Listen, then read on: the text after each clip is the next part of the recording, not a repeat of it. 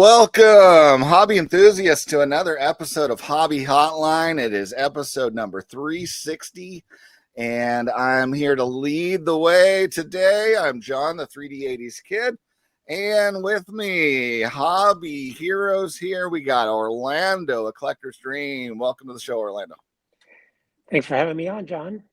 Yeah, it's great to have you, and we've got our rookie card specialist, Victor Roman. Welcome. Good morning, gentlemen, and good morning, hobby.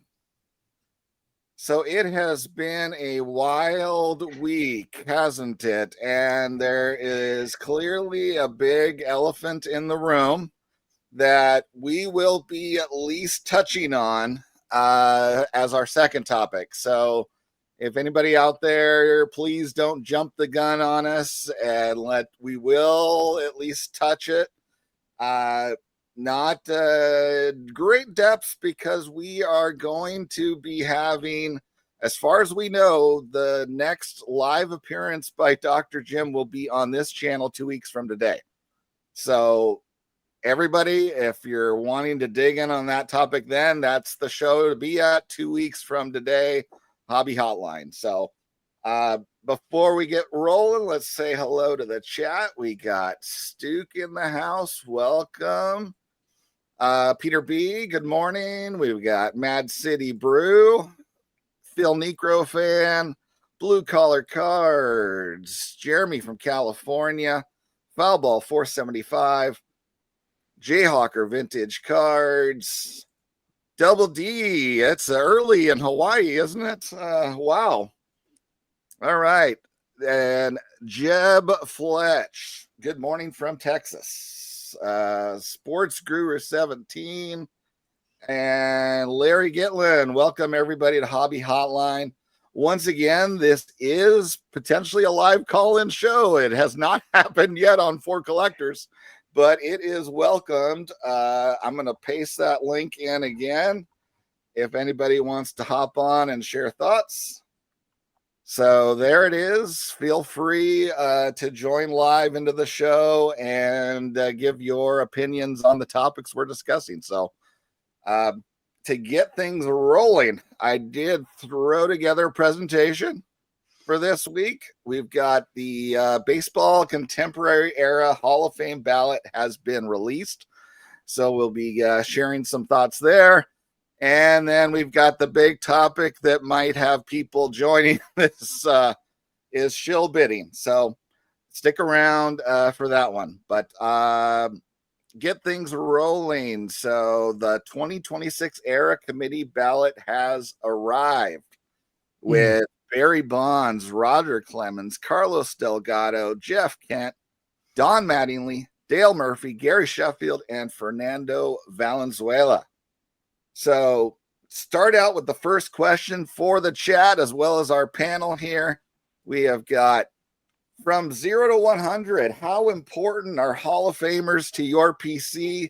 Feel free to chime in with a number in the chat and we'll scan through those. But in the meantime, Orlando, what's your thoughts on this?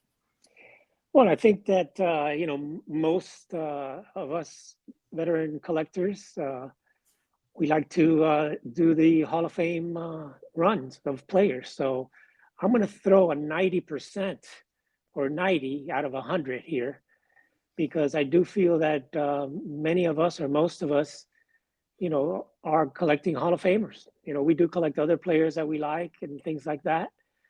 But I think the majority of the collectors out there are always talking about the Hall of Famers and Hall of Fame runs of the Hall of Fame players. So I think that it is definitely right up there, if not close to 100. I say 90. All right. How about you, Victor? I have to say 100% for me. I just being a rookie card collector and focusing on Hall of Famers seems to always what I gravitate to. Not just Hall of Famers, but like guys who are on the road to the Hall of Fame as well. People who are making a serious case for the Hall of Fame. And a lot of it is, guys that I grew up in my era in the 80s where they're not on the Hall of Fame yet, but I treat them as such. And I think that's kind of been the divide for me, but I consider them Hall of Famers, even though they're not in. So I'm 100%. All right. Well, I am very close to that as well. I would say mine is 98, 99. My whole back wall is all about having one card of every Hall of Famer from their playing days to line my walls. So hopefully that percentage here rises very soon. You know, this is a Dale Murphy, Sports Illustrated test card here from I had this poster over my bed throughout my childhood. So Nice. hopefully that 98, 99 gets to like 99 and 44, 100% after this next era committee. So let's see what the chat had to say about that one. Yeah. We've got Harvey only 70. We've got 90% for Ruben Snyder. We got Hall of Fame wing, Mr. Bob Boozle, Hall of Fame commenter. Foul ball is at a -20. We got Peter B at 60. Sports Guru 80%. Larry Gitlin 80%. Phil Necrofan 75. Happened to collect Hall of Fame, but before YouTube, I never once in my life looked up to see who was in the hall. Double T. Ablin in Vegas 100, matching Victor there. 90% budget, 10% care. Wise. Thank you, Mike Petty, superstar lineup, bandwagon collectors. That's Come on, I foul guess ball. we're being disparaged. 70%, Pastor Craig there. When Bernie Koff makes the Hall of Fame, Dan will be up to 10%. So if anybody's not aware, he was one of the few folks on the lifetime ban list that is now available, and according to statistical analysis is somewhat worthy. So you never know there, Dan. Moving players from star binders to MVP binders. We've got 98% that can't gamble or be caught shill bidding. Thank you, Mike. Matt C. Brew, if I had a bank account of dollars, then 100%, but reality 2%. Facts. All right. So, I mean, to me, what it, essentially does is gives people a, narrower focus. I mean, because there's so many players, but, let's move on to the next question here. Because then, does the Hall of Fame designation carry too much weight in the hobby? Yes or no? And let's hear some Orlando. What are your thoughts on this one? I think, it doesn't. No, I guess my answer is no. We, we want Hall of Famers in the hobby. We want those guys. Those are the people who are going to collect. And like you said, Victor and you basically 100%, I'm 90%. So I think that it carries weight. It should carry the weight. And I don't think it's too much. I think it's, these guys went their whole career to try to become a Hall of Famer. And I think we need to respect that. And, they deserve to be carry all that weight. Yeah. I guess that answered my question. Yeah, I don't either. I don't think. I think it does carry a tremendous amount of weight. Don't get me wrong. But is it too much weight? I don't think so, because that's at the core of who we've watched play. It's kind of the core of studying the history of the game. Is when you hear the Ken Burns documentary. I mean, the majority is they're talking of the all-time greats, the guys who really paved the way for the game and for the collectors. I mean, collectors have, at least to my knowledge, have always had a knack for collecting the all-time greats, and I think that carries a tremendous amount of weight. Is it too much? No. Well, it is insane, the price differential you'll see with just that designation, and the fact that there are many players you could possibly question their induction, and other players that are just as good statistically that are outside, and the price differential It is a little bit extreme, but yeah, it's just such an easier way to narrow down people's focus of what they are going to collect. So Yeah. I mean, that's, to me, it's providing me a framework to start from, and then I'm choosing the cards I like of those guys. So Yeah, I mean, and I get that there's some players that are like not worthy, right? You know, Harold Baines gets joked about a lot. Jim Rice is another one, but to me, it's these are the types of guys that make the conversation of Hall of Fame. It gives it a little bit of spice. I don't know. I enjoy these types of topics, and you know, like Harold Baines, for instance, um, he was voted in by the people he played with. So, I mean, to me, that I like to think that that's important because it's his peers that are voting him in, and they viewed him at the time. They viewed him as a Hall of Famer. So I don't know. Yeah, I mean, I'm one that believes that the Hall of Fame should be a little stricter. I don't believe in, a big Hall of Fame. I believe in, a little bit kind of smaller, and you got to really earn your way into it. And yeah, there's some guys that are just on the cusp, even though they're in there, like Baines, that really probably shouldn't be in there. Yeah. And many guys also, even in the Veterans Committee that were voted in, that probably should not be in there. So I do feel that, there are Hall of Famers now that should not be in there. And I wish it, would be a little bit tougher in the future for the people we elect in the Hall of Fame. And I agree with that, Orlando. It seems like they're loosening the chokehold a little bit. But with that being said, I believe somebody can fact check me, but I think I read long ago that the baseball is perhaps the strictest of all the sports. If you look at, basketball, football, I mean, they let just about anybody and everybody into the Hall of Fame. And baseball has the least amount of Hall of Famers in it. They have been known to be strict at letting people in. Yeah, especially the Football Hall of Fame. I mean, but it's tough in football because you get all these defensive players, and there really aren't any way to measure their, or compare them to different eras of football since the rules have changed so often. Where baseball is a little more, the rules haven't changed as much. So it's a lot easier to compare people, players today from players 20, 30, 40, 50, even before that. Yeah, So all that's these. why I think baseball is a little stricter Yeah, than football and basketball. I think the waters have been muddied, at least to me, anyways. It's just the amount of committees that they have now. There's just seems to be so many different.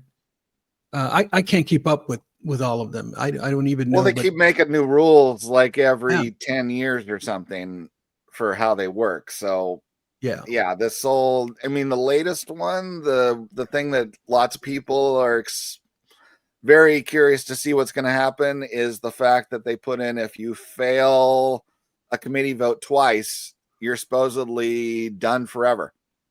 So I am guessing that starts from this current committee. It would be the first instance because that's the first time those rules were in place, because a bunch of the folks on this current ballot, fell below the threshold already previously, but we'll see. But part of this gets into the whole argument of what should be in the hall. Is it someone who was above average for 20 years? I mean, when I followed along with Harold Baines' career, at no point did I feel like he was going to be a Hall of Famer. But then he lasted for a really long time as above average guy. And when Mattingly and Dale Murphy were doing their thing, it was like a no-brainer. Everybody just assumed these guys were Hall of Famers. So is 10 years of brilliance better than 20 years of, really good?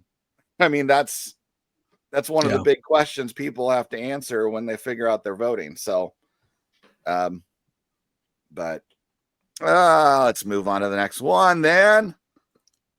Who are your three picks? You're on that committee. They all get 3 votes. Who are your picks? Feel free to chime in on this one in the chat. Yep. Orlando, what do you think? All right, here comes the tomato throwing time.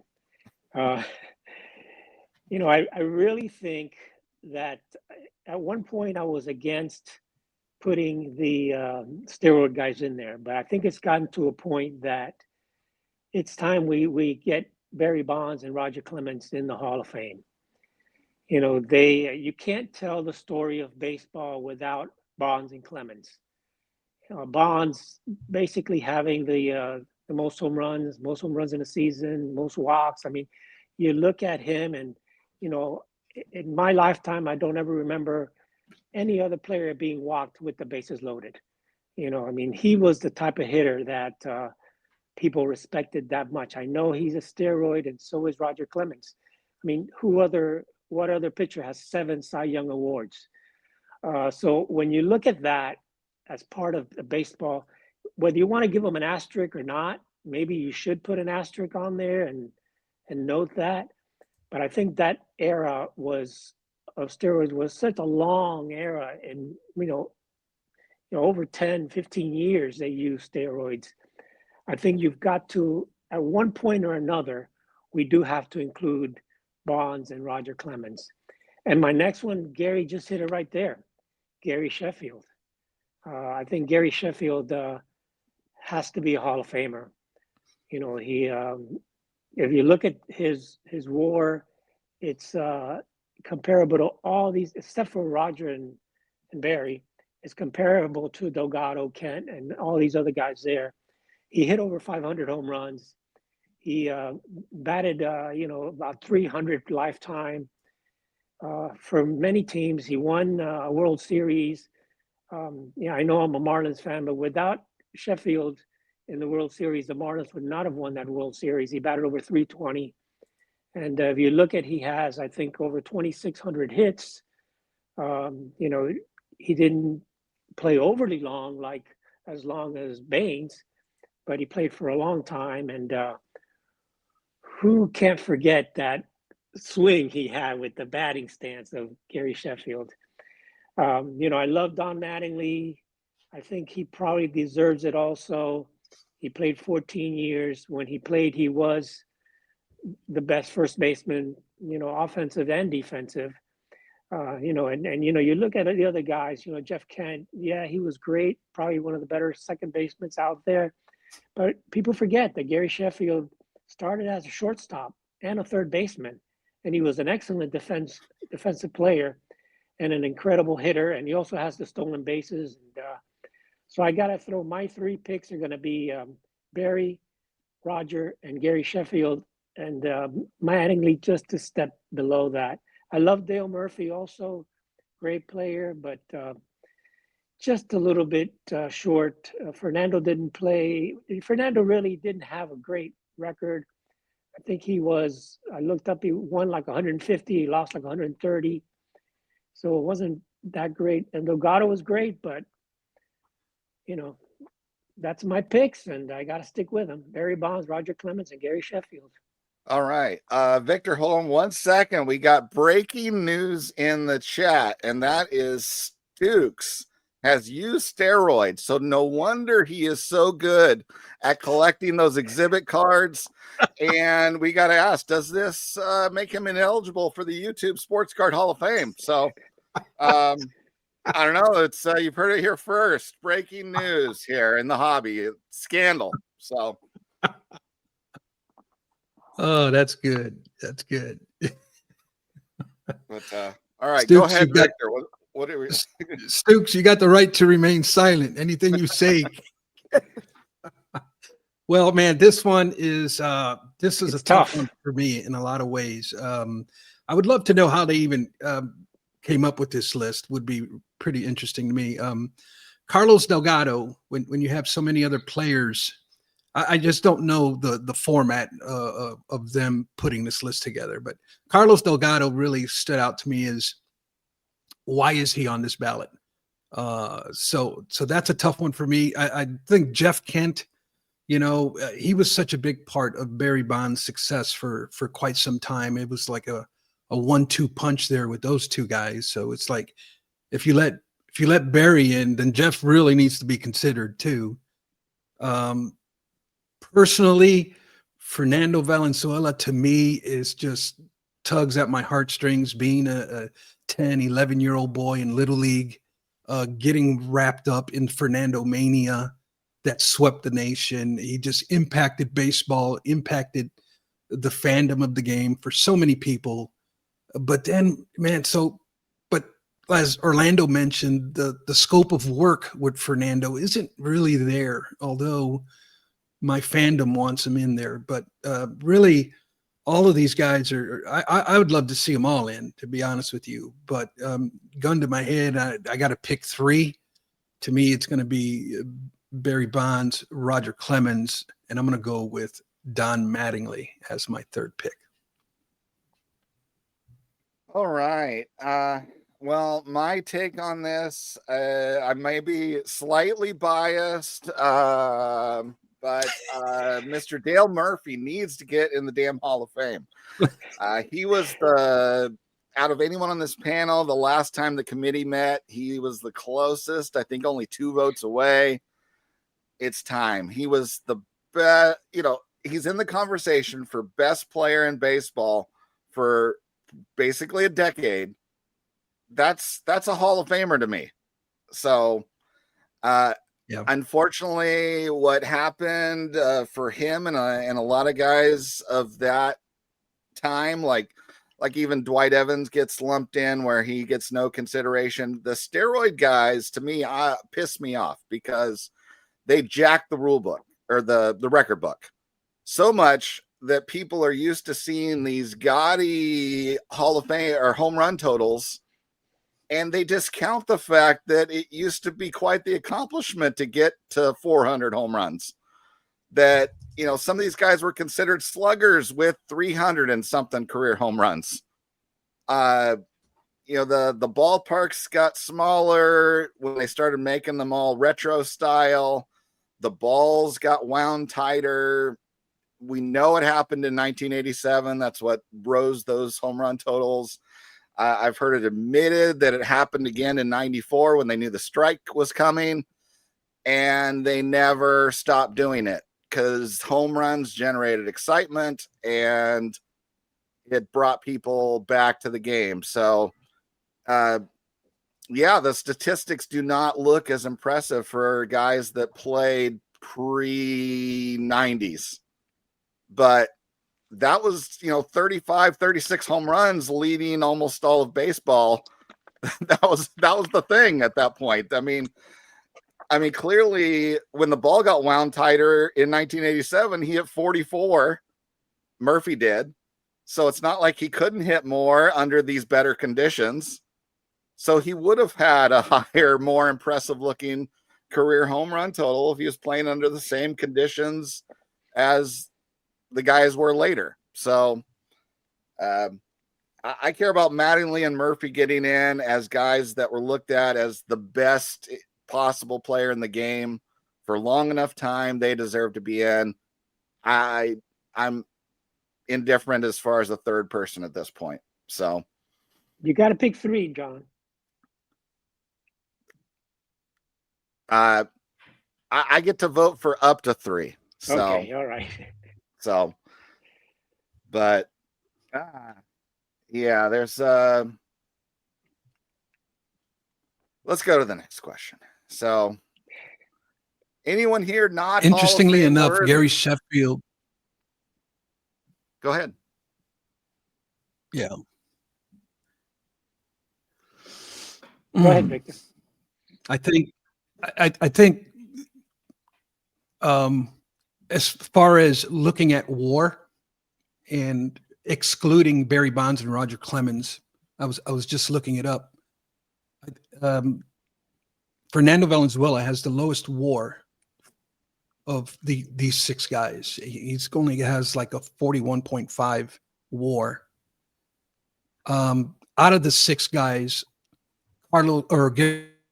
Gary Sheffield has a 60.5 WAR, so he has like the highest. I want to say the minimum to be considered in other committees is 70. But first highest is Gary Sheffield. Lowest is Fernando Valenzuela. if you follow that metric. I know some people like it, some people don't. I mean, doesn't Sheffield have the steroids cloud too? Isn't he lumped in as well? I believe so. Yeah. Yeah. There's a lot of So, guys that have the the steroids cloud. Big Poppy, and he's in the Hall of Fame. And there's a Yeah. couple other guys, Ivan Rodriguez. There's some that have Bagwell, that Ivan cloud, Rodriguez. but it hasn't been proven for Sheffield, and at least he didn't look like he blew up like Barry Bonds and Roger Clemens did, and Big Poppy did. so did you have a particular person not Hall of Fame worthy here, Orlando? Yeah, I think Valenzuela I mentioned earlier. Okay. I don't think he should be on this ballot, even though it was Fernando Mania the first few years, but he just never lived up to the expectations. So I think Fernando should not be Hall of Fame worthy, and probably Carlos Delgado should not be on the list also, even though he was a great player. But he's one of these guys that I don't think he should be on the list. How about hobby Hall of Fame worthy? I would put other guys in there. All of them, yeah. Yeah, looking at Fernando, his career is just too short for the prime years. I mean, he really had like 4 really good seasons. I mean, he was almost done by 27 and had a couple of, above average seasons that are mixed in with a lot of injury seasons. So, yeah, I was shocked when I saw him on the ballot. Outside of that, it's like, if right now we have this whole clog of guys that have gaudy Hall of Fame numbers that have the steroids cloud over them. And no, I do not work for ICE there, John. So,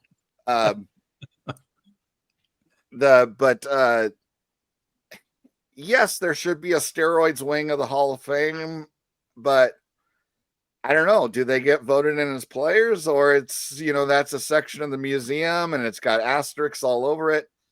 To me, I am still just pissed off because out of any sport, the record books is such a thing for baseball, with it having just a continuous lineage of basically the same rule book and all the same stats, and it's just got destroyed during those years.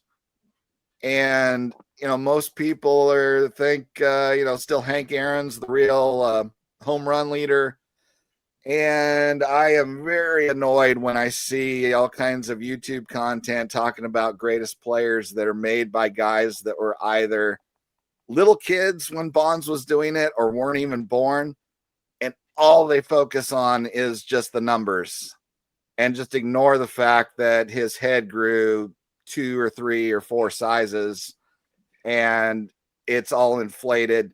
He was starting to have a downturn year when he was 34, and he had none of that, and suddenly went on a new, apparently, fitness regimen at 35 years old. And so. John, but I remember, being around in this era, steroids was so, it was even at the high school level. That's how prominent it was. I remember my senior year in high school, they had a bodybuilding championship in my high school. And you could just, everybody knew the guys who were on roids. It was just so blatant. Blatantly obvious to see these guys, and it was such a part of the culture of sports. They even ended up signing a steroid act in 1990. The federal government came in and tried to pass laws to kind of regulate this stuff. But it was one of them things where all it really did was solidified the black market, is all it really did. But again, just proving my point that steroids was a part of sports culture in that era. And it was hush hush. It was illegal, but it was still part of the culture. Yeah, you just can't, eliminate all the players from those years that, created some incredible records. And they brought baseball back, unfortunately, with Sosa and Bonds and McGuire. Baseball was going down during that time, and they really, really brought baseball back. So, I'm not a fan, and I was against putting these guys in. But when you look at the history of baseball, you can't look at baseball without that era. And somehow these guys have to be included in the Hall of Fame, whether it's like a different wing, like John said, or whether it's asterisk or whatever. It is what it is. It was that era, it was that time, and they were the best during those days, during those years. And I really think that having an asterisk or a separate wing, that's really gonna, I don't know if any of these guys are gonna want that or allow that without putting up a fight. If you force them to like put a stipulation on that, I don't know if any of these guys would accept that. They would probably not want their name stained in that manner for, the rest of the Hall of Fame. So I don't know if that's going to be like a political mess, legal mess to put an asterisk on that. I don't know. Well, I mean, the biggest stain already to me is the fact that Bud Selig's in the Hall of Fame, the guy that knew everything that was happening, turned a blind eye to it, and then takes credit for quote unquote saving baseball. So, good point, John. Mm-hmm. So if Bud Selig's in, let them all in. But put Bud in the steroids wing. This committee setup now is going to make it so, as I'm a bigger hall guy. It's just a freaking museum. If the floodgates open to the steroids guys, there's just going to be a ton of guys that are just going to clog this committee and make the guys who didn't take steroids possibly never make it to the Hall of Fame. So there needs to almost be a special election if they decide that steroids guys are in, where they just throw them in. I mean, I don't know how they're going to do it at this point. So, but it's going to be interesting. So let's keep it moving. Biggest snub not on this ballot. Orlando. Yeah, I thought about this. I've got to say Curt Schilling. I think Curt Schilling, if you look at his record, I think he won over 250 games. He won the World Series. He was just, who can forget the World Series with the bloody sock and everything he did for the game. And he was one of the best pitchers and with one of the best records. And he didn't do steroids. Unfortunately, I think some people didn't like him politically or whatever, but I do think that Curt Schilling should be in the Hall of Fame. And, Baz Raghaza threw in Keith Hernandez. That's another one I thought about. And I'll also, if you're going to start including players with steroids, you got to look at Rafael Palmeiro. He's one of the only player with 500 home runs and 3,000 hits that's not in the Hall of Fame. So I think, those are the ones I would add, especially Curt Schilling. I think he's been overlooked. And Keith Hernandez and also possibly Palmeiro. Yeah, FYI on Schilling, the Hall of Fame Baseball Reference lists him as the 23rd starting pitcher all time, and there are 67 pitchers in the Hall of Fame. So starting pitchers. So he fares very favorably compared to most of the people already in there. So how about you, Victor? Well, this is where we start getting a little Homer, right? And I kind of Beans or Indy car cards. Beans here. Yeah, I love his pick of Kenny Lofton. I'm a Homer here with Kenny. I went to high school with Kenny. He was a senior when I was a freshman. Washington High School in East Chicago, Indiana. I remember him. He was more basketball back then. At least that's what he was known for in the region. But that's a total Homer pick. But my other Homer pick is going to be Sammy Sosa. Just being a Cubs fan, following the game as closely as I did in the 90s. Him coming along and resurrecting baseball when it was at its lowest point in quite some time with the strike and all of that in 94.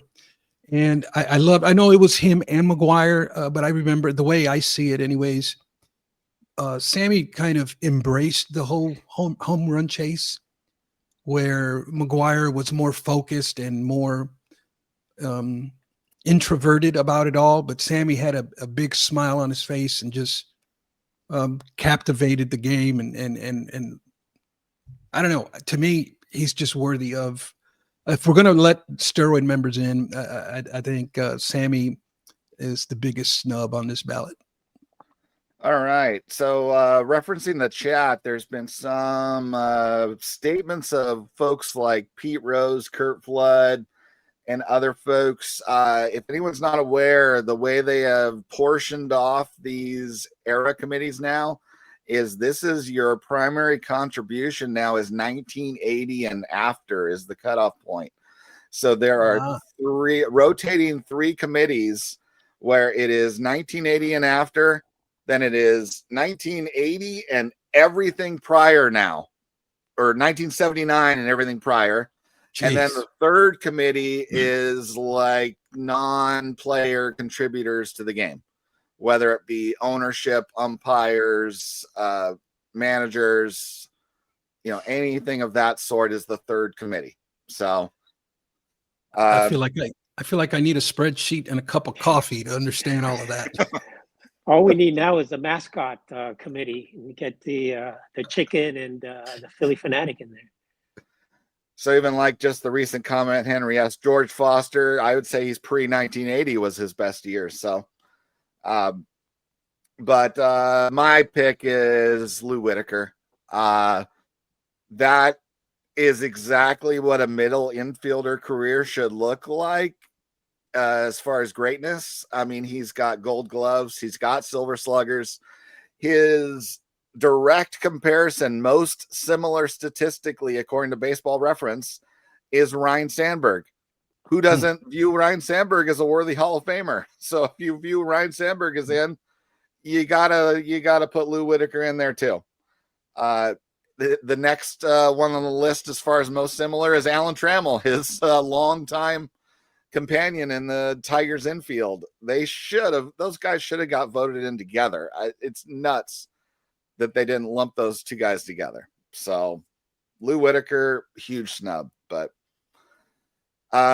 people are clamoring, I think, for the next topic. So let's keep it moving here.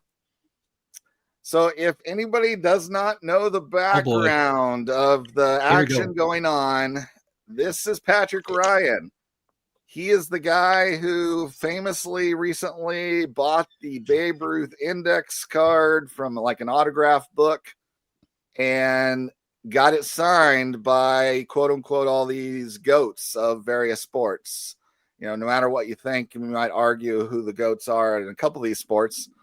That's what he did. So this guy is a huge money whale of this hobby and was discovered via an Instagram post, which he personally posted. And people looked closely at his computer screen that was on there. It was discovered that he bid $20,000 on his own card on Fanatics Collect, which then he thinks is fine because it went for way more than that anyways. But as someone who just made a video talking about auction terms and conditions, technically Fanatics Collect should be banning him for life because he bid on his own card, and that's literally what's in their terms and conditions. So, but he's too much money, and so that is not going to happen. But then what really stirred the pot is some podcast by Dr. Beckett, who, if anyone's not aware, is a member of the Hobby Hotline team.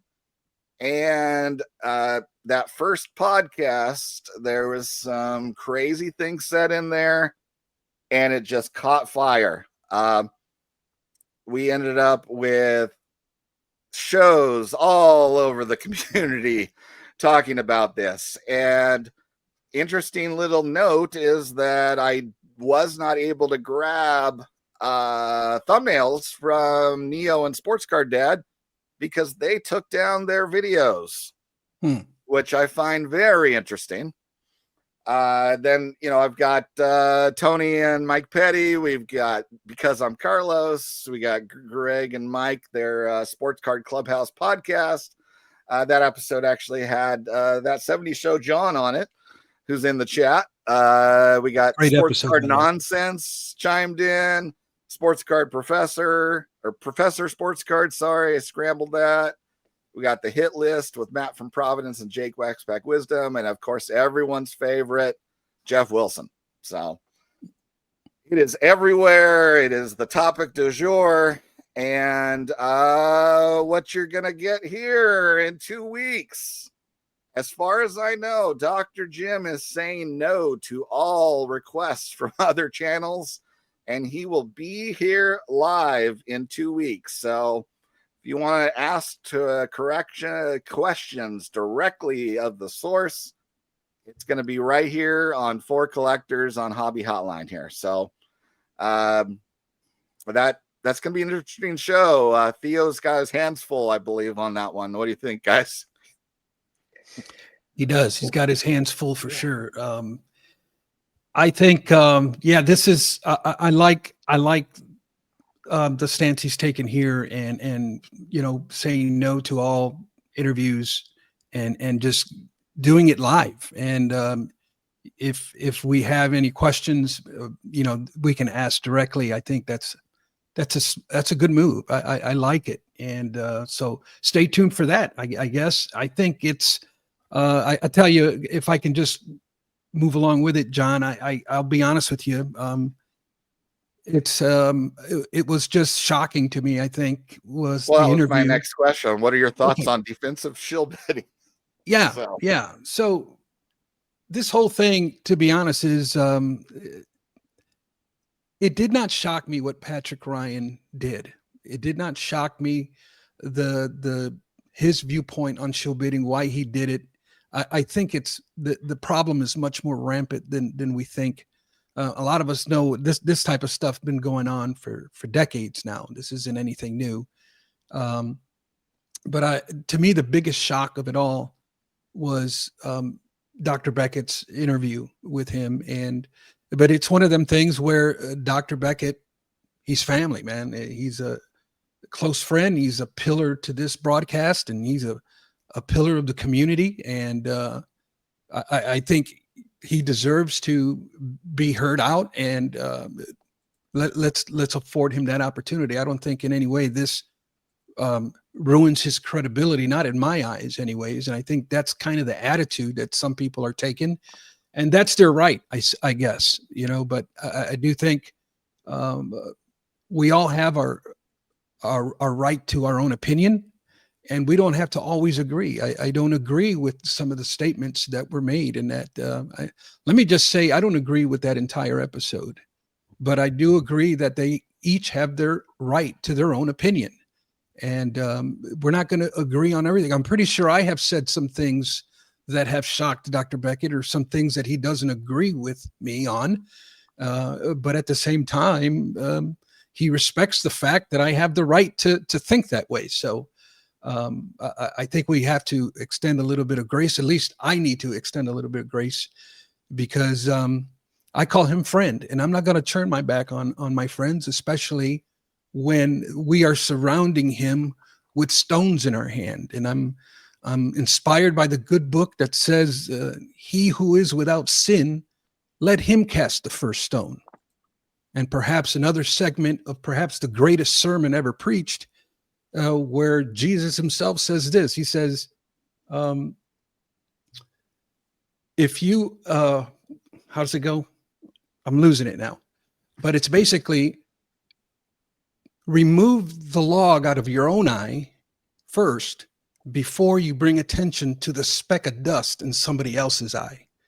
And who of us here has not really screwed up by saying something wrong? You can ask my wife; she'd probably tell you I do it on a weekly basis. But I think we all fall a little short in some areas, and we need to extend a little bit of grace and have a little bit of respect for the body of work of the entire character of a man, not a little segment on a podcast episode. And now we want to cast the guy out. It's like, come on, guys. And I think this is a good opportunity to bring this topic of shill bidding, to bring it to light all the more. And I think it's getting the attention of a lot of people. And so I think we need to keep that fire going to try to find a resolve on how to end this shill bidding nonsense. Yeah. How about your thoughts, Orlando? Oh, I have a lot of thoughts on this one, but I'll try to keep it as short as possible. I do think that P. Ryan probably called on Dr. Beckett to kind of use him, because Dr. Beckett is not very confrontational. You know, he pretty much is very accepting of everybody's opinion. And I think that this was a way for P. Ryan kind of to, tell his little lies and say his piece and kind of try to be forgiven by the community. But, and he used Dr. Beckett, I think, and Dr. Beckett allowed himself to be used in this instance. But the bottom line is, it's not just unethical, it's illegal. And I think shill bidding should not be done under any circumstances whatsoever. I do think, like Victor says, it's been going on forever. It's been going on as long as the hobby's been here. You know, way back when Mastro was indicted for doing the exact same thing that P. Ryan was doing. And, you know, what I guess Dr. Beckett did for his friend's card, I don't know if he actually bid on his friend's card or whatever, but just thinking about doing that, I think, is unethical and it's illegal. I think Dan did the best video of them all with Because I'm Carlos, where he goes point by point on what happened with Bill Mastro and why he went to jail, literally went to jail. And it's the same thing exactly the same thing that P. Ryan admitted to doing. And you can go back and look at PWCC. They were obviously doing it also and got kicked out of eBay. And there's no excuse whatsoever. Forget defensive, offensive, whatever it is. There's no excuse to shill bid. I don't care if it's your friend's card. I don't care if it's your own card. I don't care what card it is. You're putting the card for auction. You let it go, and it goes for auction. And that's the bottom line. They're manipulating comps this way. It's been happening for a while, and that's terrible. When he calls people out and P. Ryan said, I don't want to see any idiot getting the cards at a deal. He's calling us idiots, us collectors idiots. Yeah, I'm an idiot. I like to get deals. So, that's what we're all in. That's what we do when we're on eBay, when we're on auctions. We want to get deals. So us idiots are the ones that are actually being hurt by these false comps they're setting by bidding this much money, $20,000 on a card, and he doesn't know if it's his own card. Give me a break, guys. I think it's just illegal and unethical. And if the FBI comes in and does any type of research, these guys should all go to jail. That's my opinion. Yeah. Go ahead, John. On this one, I am flabbergasted that is the statement. And So whenever I'm in a position where I'm going to be speaking on a topic and I knew this show was coming, I consume everything I possibly can.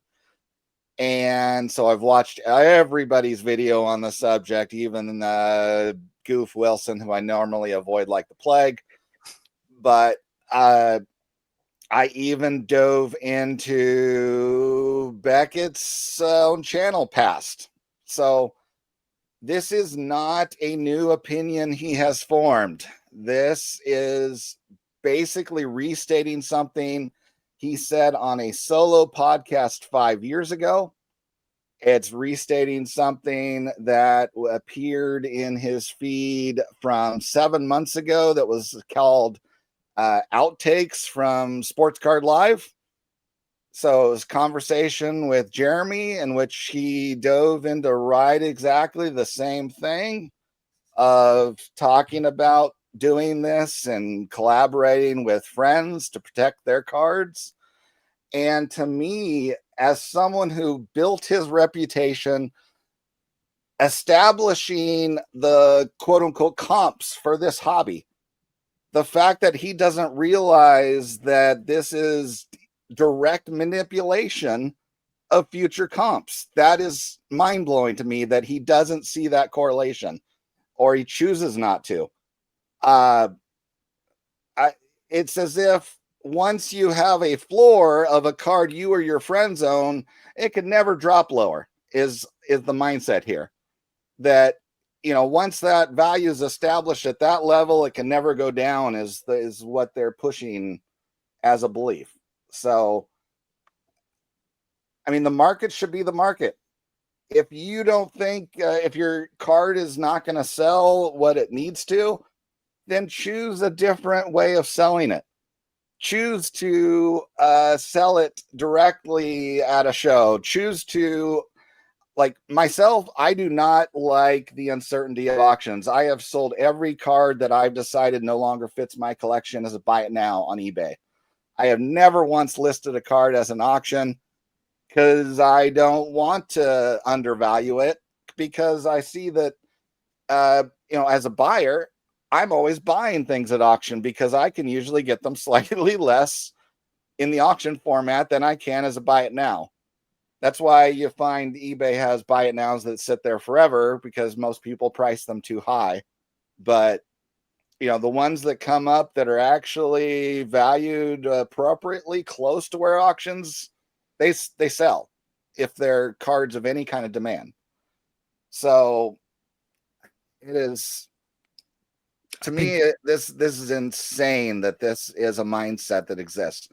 And honestly, listening to that second podcast between the two of them made it no better. It felt like I was getting to be a fly on the wall in some back room where guys are sipping their brandy and smoking their cigars and laughing about us peasants. So, I mean, honestly, that's how it felt to me. So,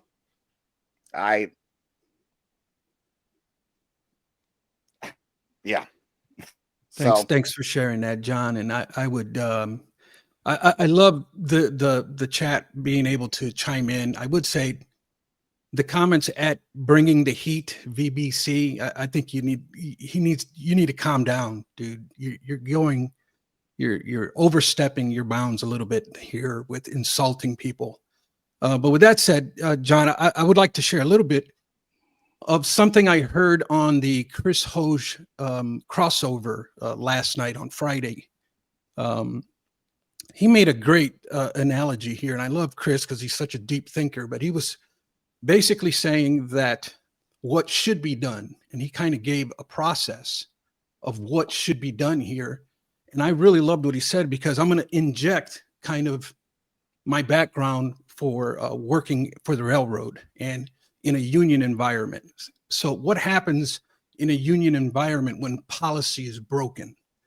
And I think it's the proper steps that Fanatics and Acquire should be doing.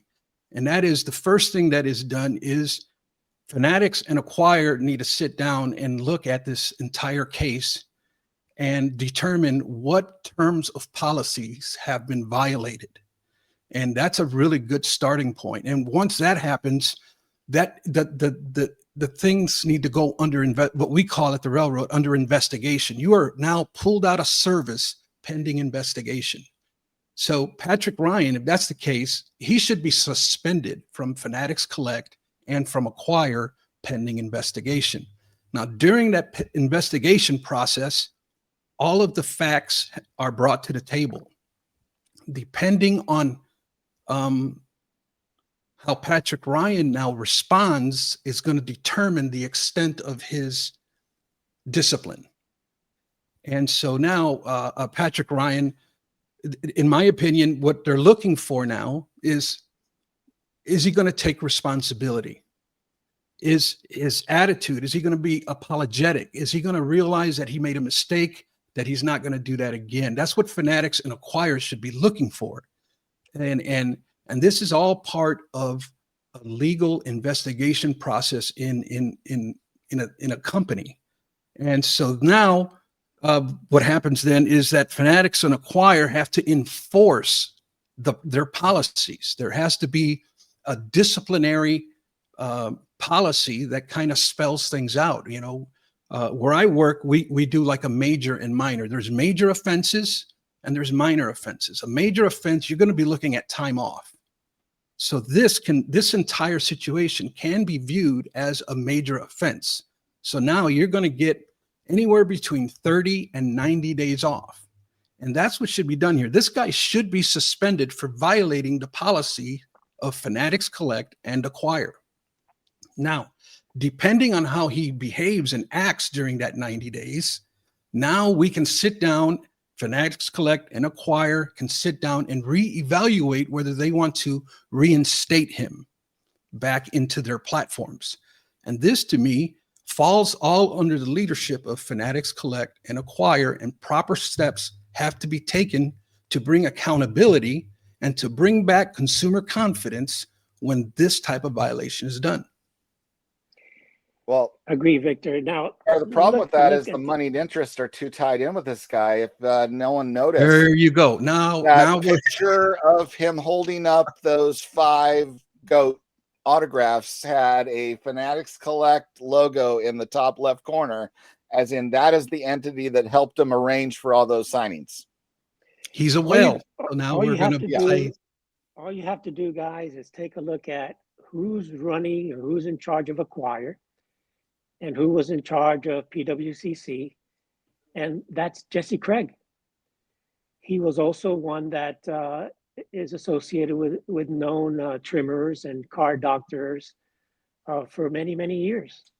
So, you know, when you're dealing with people like that in a company like that, there's a reason why these guys work with them. Well, I did put one more question up here.